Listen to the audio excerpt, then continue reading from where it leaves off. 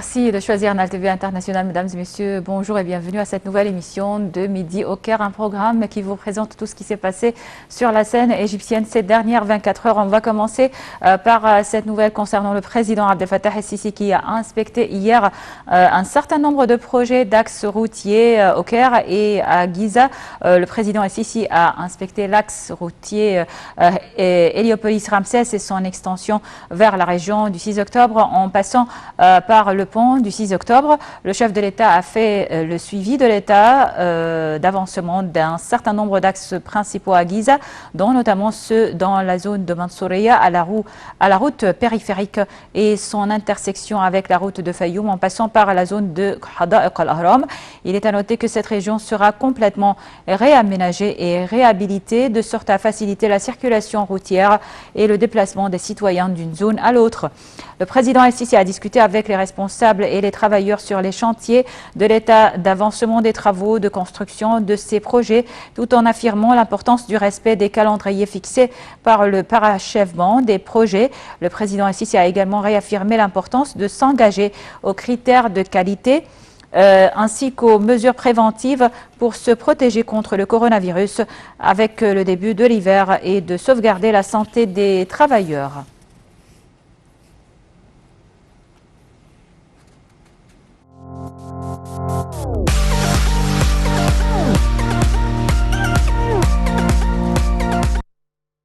Le président Abdel Fattah el-Sisi a reçu jeudi le ministre grec de la Défense, Nikos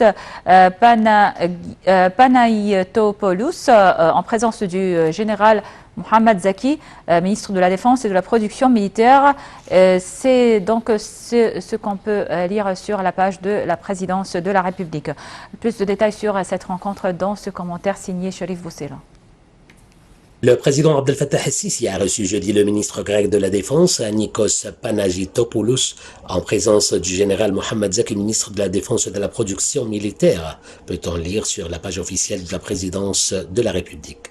L'ambassadeur Bassem Rodi, porte-parole officiel de la présidence de la République, a déclaré que le président avait exprimé son aspiration à développer la coopération militaire entre les deux pays, saluant dans ce contexte le bon degré de collaboration entre les deux partenaires, que ce soit au niveau bilatéral ou tripartite entre l'Égypte, la Grèce et Chypre, dont les manœuvres militaires tripartites actuellement en cours avec la participation des forces françaises et émiraties. Le président a affirmé lors de sa rencontre avec le ministre grec de la Défense que la coopération militaire entre l'Égypte, la Grèce et Chypre est un exemple équilibré de bon voisinage conforme aux normes internationales sur la sécurité et la stabilité de la région de la Méditerranée orientale. Pour sa part, M. Nikos Panagitopoulos a transmis au président el-Sisi les salutations du Premier ministre grec, soulignant que sa visite en Égypte reflète la croissance remarquable au niveau des relations stratégiques entre les deux pays, motivées par des intérêts communs, le respect mutuel et le désir des deux pays d'œuvrer pour assurer la sécurité et la stabilité dans la région. Dans ce cadre, la Grèce souhaite renforcer les relations de partenariat entre les deux pays au niveau militaire, sécuritaire et d'échange d'informations. Le chef de l'État a également tenu à transmettre ses salutations au Premier ministre grec Kyriakos Mitsotakis, exprimant des remerciements à la partie grecque pour l'accueil chaleureux et l'hospitalité généreuse lors de sa dernière visite fructueuse à Athènes le mois dernier. Et le chef de l'État a souligné la distinction et l'étroitesse des relations Égypte-Grèce dans divers domaines et les développements positifs aux différents niveaux au point que cette coopération fructueuse est devenue un modèle positif et constructif dans la région méditerranéenne.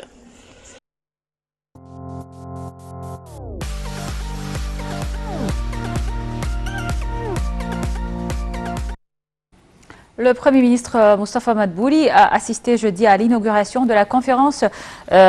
sur les résultats de la recherche sur le salaire, les dépenses et la consommation 2019-2020 en présence de quelques ministres et du président de l'Agence centrale pour la mobilisation publique et les statistiques CAPMAS donc qui a annoncé le recul pour la première fois depuis 20 ans du taux de la pauvreté en Égypte à 29,7%. Plus de détails donc sur ce sujet dans le commentaire suivant. Le Premier ministre Dr Moustapha Madbouli a assisté jeudi à l'inauguration de la conférence sur les résultats de la recherche sur le salaire, les dépenses et la consommation 2019-2020 en présence de quelques ministres et du président de l'Agence centrale pour la mobilisation publique et les statistiques, CAPMAS. Les projets nationaux ont fourni environ 5 millions d'opportunités d'emploi aux jeunes. C'est ce qu'a souligné le chef du gouvernement, tout en confirmant que l'État soutient toujours les classes les plus vulnérables. Sinon, une plus grande augmentation des taux de pauvreté aurait été enregistrée. Sans le soutien du gouvernement aux familles, les taux de pauvreté auraient augmenté, a-t-il indiqué.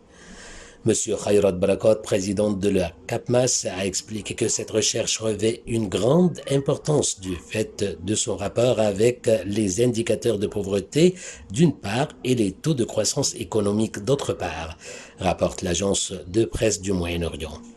Le taux de pauvreté dans tout le pays a reculé à 29,7% pour la première fois depuis 20 ans, a ajouté Khayrat Barakot.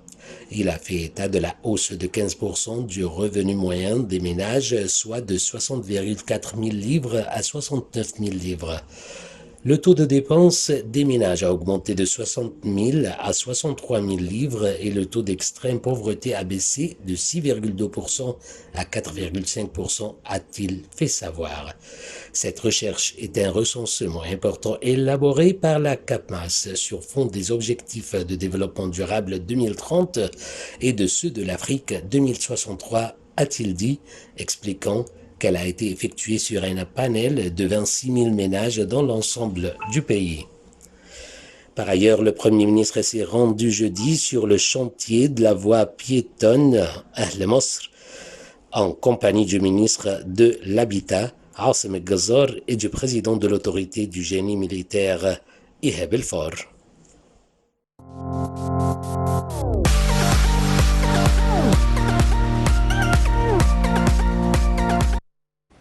Le Premier ministre Moustapha Madbouli a tenu une réunion pour faire le suivi de l'état d'avancement des plans de réaménagement du Caire islamique. Le Premier ministre a souligné l'intérêt de l'État à mettre en valeur la splendeur du patrimoine égyptien qui s'étend à travers de nombreuses civilisations successives. Plusieurs ministres et hauts fonctionnaires ont également assisté à cette réunion. Le chef du bureau consultatif de l'autorité du génie militaire a soumis un rapport sur le plan de restauration de la mosquée Al-Hussein et de ses environs, un plan semblable à celui effectué à la mosquée Al-Sayyida Zainab.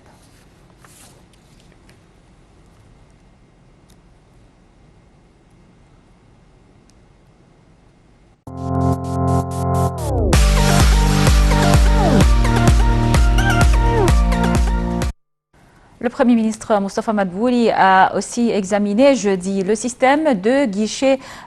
unique pour le commerce extérieur à travers le lancement de la plateforme nationale unifiée pour le commerce transfrontalier et du système ACI pour simplifier les procédures de dédouanement des marchandises. Lors d'une réunion avec les ministres des Finances Mohamed Maït, de l'Agriculture Al-Saïd Al-Qusir, le Premier ministre a fait état de la poursuite des réunions pour le suivi de la mise en œuvre du système de guichet unique lancé dans le cadre de la vision stratégique destinée au développement des douanes et ce en conformité avec les normes internationales. Ce système, a-t-il dit, contribuera à simplifier les procédures douanières, à réduire le coût du processus d'importation et d'exportation et à développer l'infrastructure technologique pour assurer la connexion entre les ports douaniers ainsi qu'à autonomiser les procédures douanières.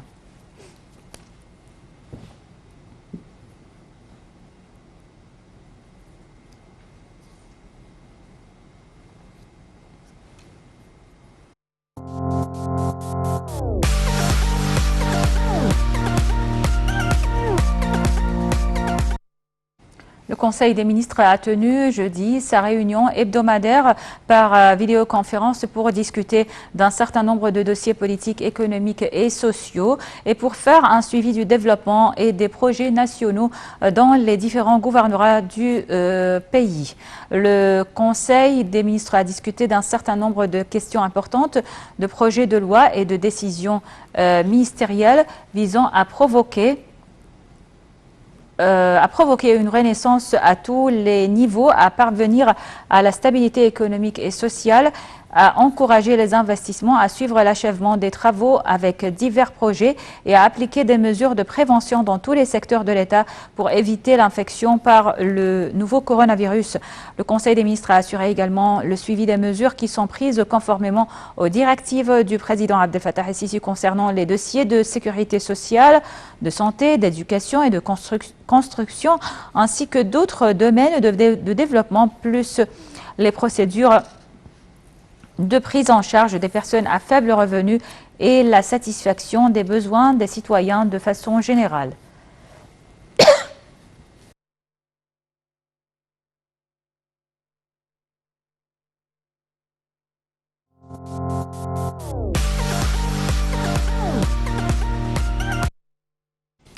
Une cérémonie a été organisée hier soir par le fonds Tahia Misr à la citadelle de Saladin au Caire. La cérémonie intitulée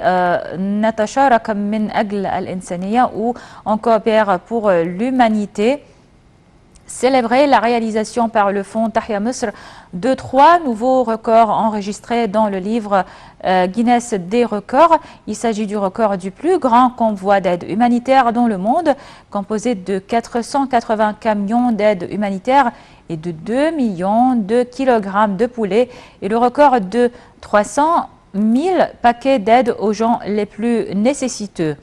La cérémonie a commencé par une allocution de la ministre de la Planification et du Développement économique, Hala Al-Saïd, qui a affirmé que le rôle du fonds Tahia Misr s'est multiplié ces dernières années dans le domaine de la protection sociale et sanitaire.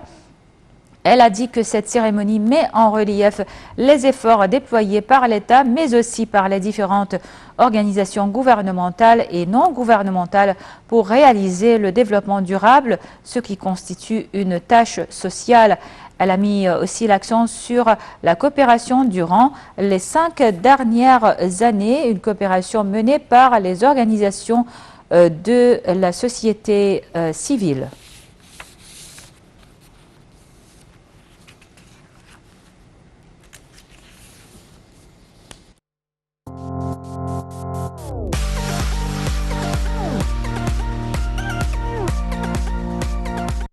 La ministre de la Santé de la Population, Dr Hala Zaid, a discuté avec le ministre d'État chargé de la production militaire, Mohamed Ahmed Morsi, et le vice-ministre des Communications, Dr Khaled Al-Attar, du projet de mise en œuvre de la mécanisation et de la transformation numérique du nouveau système complet d'assurance maladie. Au cours de la réunion, la ministre de la Santé a examiné la position des gouvernorats de la première phase du système complet d'assurance maladie en termes de taux de construction et de développement, augmentant l'efficacité de l'infrastructure des hôpitaux, des unités de santé et des centres médicaux qui fonctionneront dans le nouveau système, ainsi que le taux d'enregistrement des familles et de l'achèvement des plans de formation des équipes médicales, et de piloter le système respectivement dans les gouvernorats de Luxor, Ismaïlia, Sinaï du Sud, Aswan et Suez.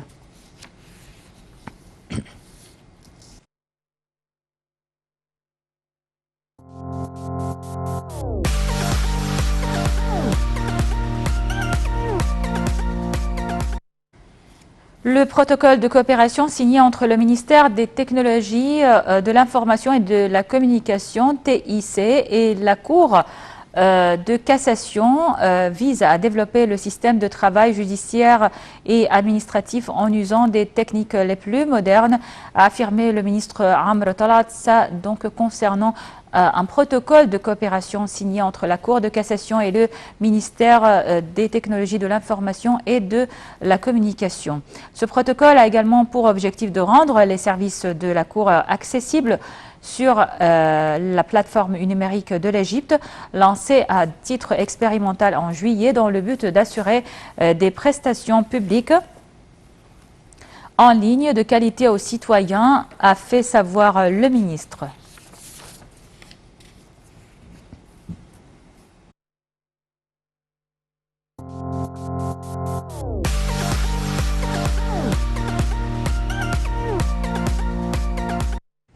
L'Assemblée générale des Nations unies a adopté un projet de résolution avancé par l'Égypte appelant Israël à mettre fin à l'occupation du Golan syrien et à se retirer jusqu'aux frontières du 4 juin 1967. Dans un communiqué lu devant l'Assemblée nationale, le représentant permanent de l'Égypte auprès de l'ONU à New York, Mohamed Idriss, a évoqué les principes énoncé dans la Charte des Nations Unies à la lumière de la célébration du 75e anniversaire de la création de l'organisation, en particulier les principes du respect de la souveraineté des États et de la non-ingérence dans les affaires intérieures d'autres pays, ainsi que le droit des peuples à l'autodétermination et l'inadmissibilité de l'annexion de territoires par la force. Il a déclaré que les premières mesures à prendre étaient de mettre fin à l'occupation de toutes les terres arabes occupées le 5 juin 1967, appelant la communauté internationale à prendre une position sérieuse pour mettre fin à l'occupation du Golan syrien et des territoires palestiniens.